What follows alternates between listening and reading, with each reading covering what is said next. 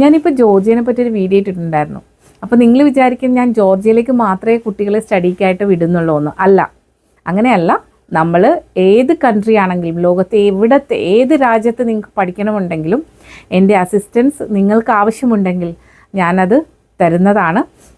ഇപ്പോൾ നിങ്ങൾക്ക് നിങ്ങളുടെ കുട്ടികളെ USA അതല്ല ഓസ്ട്രേലിയ, UK, കാനഡ, ന്യൂസിലൻഡ്, അതല്ല യൂറോപ്പിലോ, അതല്ല ഈവൻ ഇഫ് ഈ GCC ആണെങ്കിൽ പോലും നിങ്ങൾക്ക് അതിനെപ്പറ്റി അറിയണമെങ്കിൽ അഡ്മിഷൻ്റെ പ്രൊസീജിയർ, അതിൻ്റെ കോസ്റ്റ്, ലിവിങ് കോസ്റ്റ് എത്രയായിരിക്കും, അതെല്ലാം നമ്മൾ A to Z കാര്യങ്ങളും നിങ്ങൾക്ക് തരുന്നതാണ്. അപ്പോൾ നിങ്ങൾ വാട്സാപ്പ് മെസ്സേജ് ഇട്ടിട്ട് ഞാൻ പെട്ടെന്ന് തന്നെ മറുപടി തന്നില്ല എങ്കിൽ നിങ്ങൾ ഒന്നും വിചാരിക്കേണ്ട, അത് ബിസി ആയതുകൊണ്ടായിരിക്കാം. ഞാൻ എപ്പോഴാണെങ്കിലും നിങ്ങൾക്ക് അതിനുള്ളൊരു മറുപടി തരുന്നതായിരിക്കും.